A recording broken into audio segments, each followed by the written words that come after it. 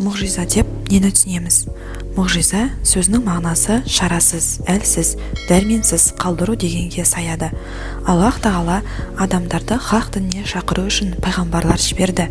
Енді осы пайғамбарлардың пайғамбар екендігінің дәлелі нендей болмақ? Әлде кім көрінгенмен пайғамбармын деп шыға бере ме? Ондайлардың жалғаншы немесе шынайы пайғамбар екендігін қалайша ажыратамыз? Мен Аллахтың елшісімін деп келген кісінің қолында ешқандай дәлелі, айғағы болмаса, оған не деп сенеміз? Мысалы, әрбіріміздің қолымызда қай елдің азаматы екенімізді айғақтайтын төлқұжат, жоғарғы оқу бітіргендігімізді растайтын диплом, жұмысқа орналасқанымызды куәландыратын бұйрық бар. Міне, сол секілді пайғамбарымыздың пайғамбарлығын растайтын дәлелі мұғжиза. Мұғжиза Аллах тарапынан жүзеге асырылып, пайғамбардың қалаған сәтінде көрсету және айтуы мүмкін болған табиғат заңдылықтарына қайшы келетін тосын құбылыс. Яғни мұғжиза деп табиғат заңдылығына қайшы, ғылыми тұрғыда анықтамасы жоқ, екінші рет қайталанбайтын қарапайым жандар оны жасауға дәрменсіз таңғажайып оқиғаларды айтамыз. Мұғжиза пайғамбардың пайғамбарлығын жалғанға шығарған сәтте оның елшілігінің хақтығына көзін жеткізу мақсатында Аллах тағаланың қалауымен жүзеге асады.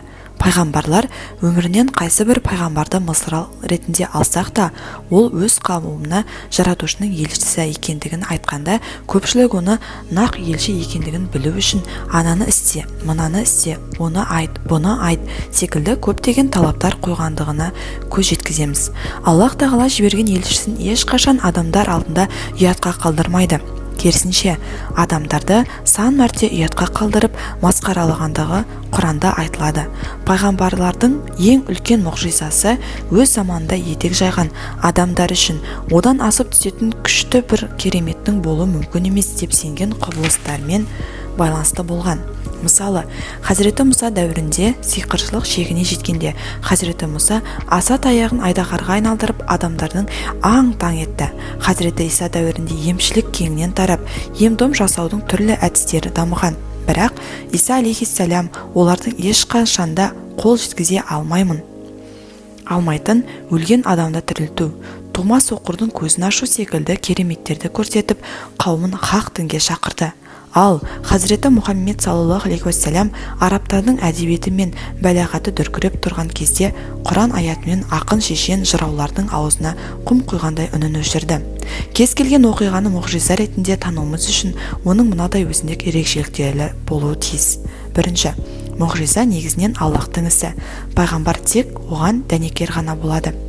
Ешбір елші Аллахтың рұқсаты болмайынша бір мұғжиза келтіре алмайды. Ғафир сүресі. Екінші, мұғжиза қалыпты табиғат заңдылықтарына қайшы оқиға. Мәселен, тастың пайғамбарымызға сәлем беріп, құрма дәнегінің боздап жылауы және пайғамбарымыздың саусақтарынан су ағу, тағы басқа осы секілді жайттар шын мәнінде мұғжизалықтың классикалық мысалдары болып табылады. Үшінші, мұғжиза елшілік қызметпен келген кісі ғана жасайды. Төртінші, мұғжиза пайғамбарлық ұлы мақсатты жаю кезінде жүзеге асады.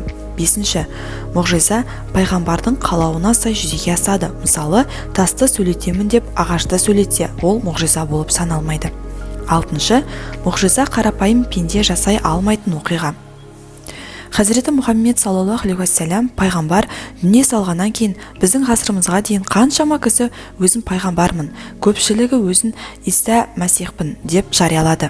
Бірақ олардың сөздерінің бірі де көпшіліктің назарын аудара алмады. Себебі біріншіден, Хазіреті Мұхаммед саллаллаху алейхи уассалям ең соңғы пайғамбар, одан кейін ешқандай пайғамбар келмейді. Екіншіден, нақ Иса Мәсих болса, неліктен өзінің хақ пайғамбар екендігін дәлелдейтін мұғжиза көрсетпейді?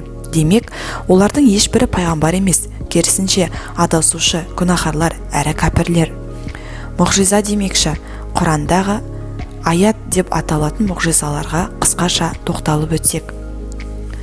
Хазіреті Ибрахим Вавилон патшасы Намутты Аллахқа иман етуге шақырғанда, Хазіреті Ибрахимді таудай болып жанып жатқан отқа лақтырады. Сонда Аллахтың әмірімен от Хазіреті Ибрахимге әсер етпестен, керісінше жалындаған от пен шоқтың оған салқын болғандығы белгілі. Әй, от, Ибрахимге салқын, зиянсыз бол дедік. Әнбия сүресі. Хазіреті Салих Самуд қауымының талабы бойынша ұрғашы түйені жартастың ішінен шығаруы нағыз мұғжизаның өзі болатын. Самуд қауымы сол мұғжизамен шығарылған қасиетті малды сойғандықтан Аллах тағаланың азабына ұшырады. Шуғара сүресі. Хазіреті Яқуб пайғамбардың ұлы Юсуфтың көйлегін көзіне сүртіп, екі жанарымен қайта қауышуы. Юсуф сүресі. Хазіреті Мұса пайғамбардың қолындағы аса таяғын айдаһарға айналдыруы. Таха сүресі. Қолын қойнына салып шығарғанда қолының әппақ болуы, Фирғауынның зәбірінен құтылу үшін Қызыл теңізден өтпек болып аса таяғымен түртіп қалып теңізді екіге жаруы, одан өтуі және Фирғауын мен жендеттерінің су түбіне кетуі. Шуғара сүресі. Хазіреті Иса пайғамбардың балшықтан құс жасап үрлегенде оның жанында құсқа айналуы, өлген кісінің тірілдуі, анадан тума соқырлардың көзін ашуы, алапес ауруына шалдыққанда емдеуі. Маида сүресі. Қарауилердің сұранысына орай көктен дастархан түсіруі. Маида сүресі. Толықтай мұғжизалық оқиғалар болып саналады. Хазіреті пайғамбарымыздың мұғжизалары. Хазіреті пайғамбарымыз елшілігі кезінде меккелік мүшриктерге өзінің хақ пайғамбар екендігін дәлелдеу барысында көптеген мұғжиза көрсетті. Мүшриктер оның бір қатарына сенгенмен біразына сенбеді. Сондай-ақ бұл мұғжизаларда сахабаларына да көптеп көрсеткендігін тарих кітаптарынан білеміз. Пайғамбарымыздың саллаллаху алейхи ва саллям мұғжизаларын 3 тақырыпта қарастыруға болады. Бірінші, Құран, рухани мұғжиза. Құран Хазіреті пайғамбарымызға нәсіп болған ең үлкен мұғжиза. Құран әрбір ғасырдың адамына өзінің мұғжизалығымен көптеген кереметті көрсетіп, алдында еріксіз бас игізуде. Құран адамзат түгіл, жын шайтандардың оған ұқсас сүре аят келтіруге дәрменсіз болған ұлы жаратушының мұғжизасы. Құран қияметке дейін мұғжизалығын сақтап, ғасыр өткен сайын жаңара береді. Екінші, сезім мүшелері арқылы көрінген мұғжизалар. Бұл тақырыптағы мұғжизалар Хазіретті пайғамбарымыздың кезіндегі адамдардың көзімен көріп, сезім мүшелерімен куә болған табиғат заңдылықтарына қайшы жасалған оқиғалар жатады. Пайғамбарымыз мұндай мұғжизаларды өз өмірінде аз көрсеткен жоқ. Осы мұғжизалардың бірнешеуін келтіре кетелік. 621 жылы Режеп айының 26-сынан 27-сіне қараған түні пайғамбарымыз параққа мініп, Мәсжидул Харамнан Мәсжидул Ақсаға барып, одан көкке Аллахтың құзырына көтеріледі.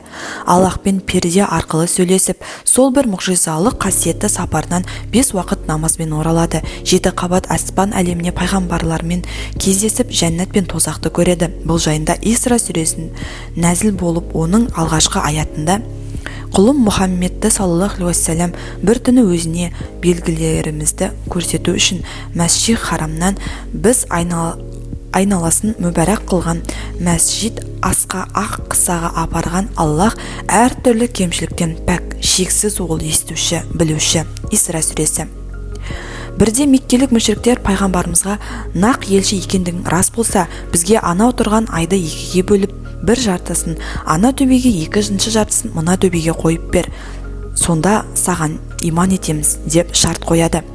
Пайғамбарымыз егер айтқан уәделеріңде тұратын болсаңдар, мен дегендеріңді жасайын деді де Аллахқа сыйынып сұқ шахадат саусағымен айды ишара арқылы бөліп, бір жартысын мүшриктердің айтқан төбесіне, екінші жартысын екінші төбеге қояды. Бірақ мүшриктер уәделерінде тұрмақ олай тұрсын, пайғамбарымызға сен бізге сиқыр көрсеттің деп кінә артты. Тастардың пайғамбарымызға сәлем беруі. Хазіреті Жәбирден риуаят бойынша Расулаллах, мен Меккеде бір тасты білемін. Мен елші болып жіберілместен бұрын маған сәлем беретін. Мен оны әлі де жақсы көремін, білемін. Муслим. Хазіреті пайғамбарымыз саллаллаху алейхи ва саллям Хазіреті Әбу Бәкірмен бірге хижрет етіп бара жатқанда із кесуші Сурақа деген кісі арттарынан атымен оларға жете бергенде кенеттен аты омырауына дейін құмға кіріп кетеді. Бұл жайт 3 рет қайталанған соң Сурақа Хазіреті пайғамбарымыздан кешірім сұрап кері қайтады. Хазіреті пайғамбарымыз саллаллаху алейхи ва саллям хижрет кезінде жолда бір отбасыға құдайы қонақ болып, олардан ішіп жеуге сатып алатын бір нәрсе сұрағанда, үй егесі өздерінің жағдайын айтып, ештеңе бере алмайтындықтарын айтады. Сонда Хазіреті пайғамбарымыз анадай жерде тұрған ешкіні меңзеп, сүті жоқ па деп сұрайды. Үй егесі Атиқа, сүт қайдан болсын, ол қасқыр, түрі болса анау дегенде Хазіреті Мұхаммед саллаллаху алейхи уассалам рұқсат берсең сауып көрейік деп рұқсат алады да бисмиллах айтып ешкіні сипайды. Сөйтіп үй егесі Атиқа есімді әйелге енді ешкіні сауып көруін айтады. Әйелі ешкіні сауғанда өз көзіне өзі сенбейді. Арық, ең бастысы қысыр ешкі ыдысты толтырып сүт береді. Кейінірек бұл ешкі өз егелерін пайғамбардың мұғжизасы ретінде қуаңшылықтан құтқарып қалады. Хазіреті пайғамбарымыз мешітте Мәдина қаласына уағыз айтып тұрған кезде мешіт ішінде қалған құрма дәнегіне сүйеніп тұрады. Мұсылмандардың саны артқан сайын уағызды биіктеу жерде тұрып айтпақ болады да 3 баспалдақты мінбер жасатады. Бірде сол мінбердің үстіне шығып уағыз айтып жатқанда боздаған інгеннің дауысына ұқсас дауыс шығады. Сахабалар бұл дауыстың қайдан шыққандығын аңғара алмай аң-таң болады. Сол сәтте пайғамбарымыз мінберден түсіп құрма діңгегін сипағанда дауыс сап тыйылады. Пайғамбарымыз сахабаларына қарап, егер мен оны сипамағанда қияметке дейін боздап тұрар еді дейді. Құрма түбіртегінің бұлай боздауы пайғамбар менен кетіп одан ажырап қалдым дегені еді. Худайбияда сахабалар су бітіп шөл қыста бастаған соң Хазіреті пайғамбарымызға келіп мәселені білдіреді. Хазіреті пайғамбарымыз қорамсасынан бір жебені алып, сондағы суы тартылып қалған Сәмуд құдығына тастауды бұйырды. Оқ тасталғасымен құдық суға толып, сахабалар Худайбиядан қайтқанға дейін су ішіп тұрды. Сахабалар яһудилердің Хайбар атты қамалын алмақ болып қоршауға алады. Қоршау ұзай түсті. Ертеңіне Хазіреті пайғамбар туды Хазіреті Әлиге бермек болып, оны сұрастырғанда, оның көзі ауырып шатырда жатқанын естиді. Дереу Хазіреті Әлиді алып келуді бұйырады. Пайғамбарымыз мүбәрәк түкірігін оның көзіне жағып дұға еткенде, Хазіреті Әли бейне бір мүлде науқастанбағандай айығып кетеді. Бір күні Хазіреті пайғамбарымыздың даусы жай шыққанын естіген Әбу Талха үйіне келіп әйеліне: "Ішіп жейтін бір нәрсе бар ма? Оны Расулаллахқа ұсынайық." Даусы әзер естіледі деп тағам дайындатады. Тағамда жапырақтай нан және май болатын. Адам жіберіп Расулаллахты үйіне қонаққа шақырғанда Хазіреті пайғамбарымыз қасындағы 70-80 сахабасымен бірге келеді. Әбу Талха сасып қалғанымен әйелі тәуекел деп сабырлыққа шақырды. Ішке кірген Аллахтың елшісі тағамды дастарханға қойып дұға етеді де сырттағы сахабаларын 10-10-нан ішке кіргізіп тойғанынша ішіп жегізіп өзгелерін де шақырып бәрін тойдырады. Бірде жұма күні Расулаллах хутба оқып жатқанда бір кісі келіп: "Я Расулаллах, Аллахқа дұға етсеңіз жаңбыр жауса екен" деді. Расулаллах дұға етіп бітісімен шайдай ашық аспанды лезде қара бұлт қаптап, жаңбыр шеліктеп құя бастады. Жаңбыр келесі жұмаға дейін жауды. Сол жұмада бір кісі орнынан тұрып: "Я Расулаллах, Аллахқа дұға етсеңіз жаңбырды тоқтатса екен" деді. Хазіреті пайғамбарымыз: "Аллахым, жауынды үстімізге емес айналамызға жаудыр" деп дұға етті. Аллахтың құдіретімен жауған Медина үстінде жаумастан айналасына жауып тұрды. Хабар беру арқылы көрсеткен мұғжизалар. Келешекпен байланысты жағдайда тек Аллах тағала біледі. Аллах қана болашақты нақты айта алады. Егер бір кісі келіп келешекте мынандай оқиғалар болады, оған көздерің анық жетеді десе, онда ол Аллахтың білдіруімен айта алатын пайғамбары болуы мүмкін. Сол секілді Хазіреті пайғамбарымыз да Аллахтың ұлық елшісі ретінде өткен кеткен оқиғалардан хабар беру үшін арқылы мұғжиза көрсеткен. Солардың бірнешеуін келтірсек, Хазіреті пайғамбарымыздың оқу жазу білмейтіндігі сол кездегі адамдар тарапынан еш жалғанға шығарылмады. Оның шынайы пайғамбар екендігін сынау үшін христиандар мен яһудилер түрлі діни сұрақтар сұрап, нақты жауабын алып, ешқандай артық сөзге келместен келген ізімен кететін. Бірде Мәдинадағы яһудилердің бірі зина жасап қояды. Яһуди шариғаты бойынша зина жасаған кісіні тас боран қылып өлтіру жазасы бар. Бұл Таураттың үкімі болатын. Содан әлгі яһудиді мұндай өлімге қимаған қандастары: "Жүріңдер, Хазіреті Мұхаммедке барайық, бәлкім ол бізге жеңілдеу жаза берер" десті. Сөйтіп Хазіреті пайғамбарымыздың құзырына барып болған жайды бастан аяқ айтып үкім беруді өтінеді. Бірақ олар пайғамбарымыздың Тәураттағы тас боран етіп өлтіру үкімін әдейі жасырады. Пайғамбарымыз олардан: "Тәуратта зина етудің жазасы жайында не дейді?" деп сұрағанда, "Тәуратта бұл туралы еш нәрсе жоқ" деп алып қашты әңгіме айтады. Хазіреті пайғамбарымыз Тәуратта зина жасаушының күнәсі рәжім, тас боран ету делінген. ол жазу сенің қолыңның астында жазулы тұр деп яһудилердің аузына құм құяды. Хазіреті пайғамбарымыздың үкіміне келісетіндігін айтып келген яһудилер зина жасаушы қандастарын тас боран етіп өлтіреді. Хазіреті пайғамбарымыз шамамен өзінен 2500 жыл бұрын өмір сүрген Мысыр ферғауынның тәні кейінгі ұрпаққа ғибрат болу үшін теңізден шығарылғандығын мына бір аятпен айтады. Сенен кейінгіге үлгі болу үшін денеңді жансыз түрде құтқарамыз. Расында адамдардың көбі аяттарымыздан хабарсыз. Шынында да 1881 жылы Мысыр патшалығының қабірлері табылып, ферғауынның да тәнін Қызыл теңізден тауып алған археологтар көпшілікке ғибрат ретінде Англияның мұражайына қойды.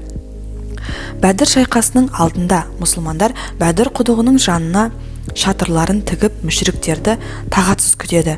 Ұрыс басталардан бір күн бұрын Хазіреті пайғамбарымыз Меккенің көсемдері, дін дұшпандары мүшриктердің қай жерде өлтірілетіндігін сахабаларына айтып береді. Бәдір шайқасы біткен соң мұсылмандар майдан алаңдағы өліктерді ретке келтіру үшін жинаған кезде Хазіреті пайғамбарымыздың айтқанындай аталған мүшриктердің дәл сол көрсеткен жерлерінде өліп жатқандығын көріп таңдай қақтысады. Алғашқы мұсылмандардың бірі, исламда белгілі 3 тақуаның біріншісі болған Әбу Зәр әл-Ғаффар еді. Хазіреті пайғамбарымыз оны жалғыз жүріп өлетіндігін айтқан. Расында да Әбу Зәр Хазіреті Османның халифалық кезеңінде Рәбәзә деп аталатын Мәдинаның сыртындағы бір жерге көшіріледі. Себебі Хазіреті Османның тұсында мұсылмандардың жағдайы біршама жақсарып, бай қуатты мұсылмандар саны көбейе түскен еді. Міне, сол кісілердің дүние жинауын Әбу Зәр дұрыс көрмей, Тәубе сүресінің 34-35 аяттарын олардың беттеріне басып айтатын. Әсіресе бұл сөздер Шамның қалталылары мен байларының жанына батқандықтан олар Шам әкімі Муауиядан көмек сұрады. Муауия болса олардың бұл уәждерін халифа Османға білдіреді. Хазіреті Осман оған: «Әй, Әбу Зәр, мен елді дұрыс тіршілікке үндеуге, ынсап ұятқа үндеуге хақым бар, бірақ мен оларды тәркі дүниеге тақуа болуға үндей алмаймын», дейді. Сонда Әбу Зәр халифадан рұқсат алып Рәбәзәға көшеді. Сол кезде Әбу Зәр Хазіреті пайғамбарымыздың өзіне осылай болатындығы жайында айтқан сөздерінің айна қатесі болғандығына көзі жетеді. Мәдинаның бір жола басып алу үшін меккелік мүшриктер 24 000 әскермен жорыққа шығады. Мүшриктердің әрекетін естіген мұсылмандар Сәлман Фарисидің ұсынысы бойынша Мәдина қаласының сыртын айналдыра ор қазуға кіріседі. Ор қазу кезінде сахабалар үлкен тасты қайламен ұрып сындыра алмаған соң Хазіреті пайғамбарымыздан көмек сұрайды.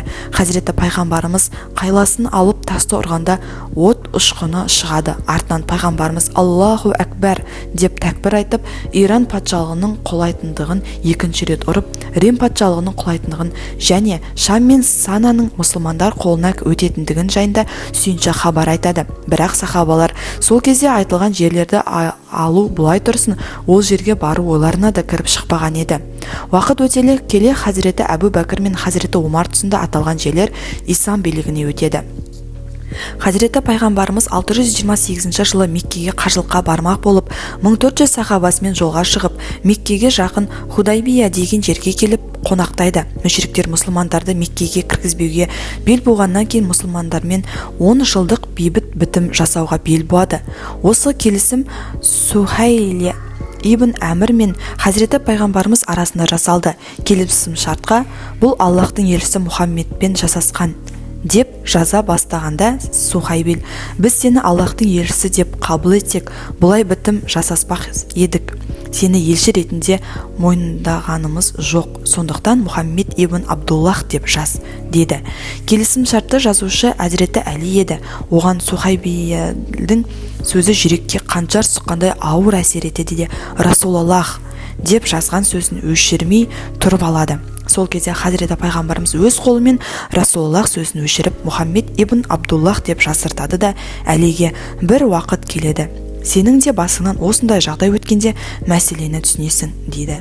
Шынында да 657 жылы Хазіреті Әли өзінің халифалығын мойындамай қойған Шам әкімі Муауия мен Сиффин деген жерде шайқас арты екі жақтың бітімге келуімен аяқталады. Сол кезде Хазіреті Әлидің Амирул Муминун мүміндердің әміршісі Әлиден Муавия ибн Абу Суфиянға деп жазған бітіміндегі Амирул Муминун сөзін өшіріп орнына Әли ибн Абу Талиб деп жазуды Шам төрешісі талап етеді. Ол: біз сенің Амирул Муминун екеніңді мойындасақ, бұлай келісім жасамас едік.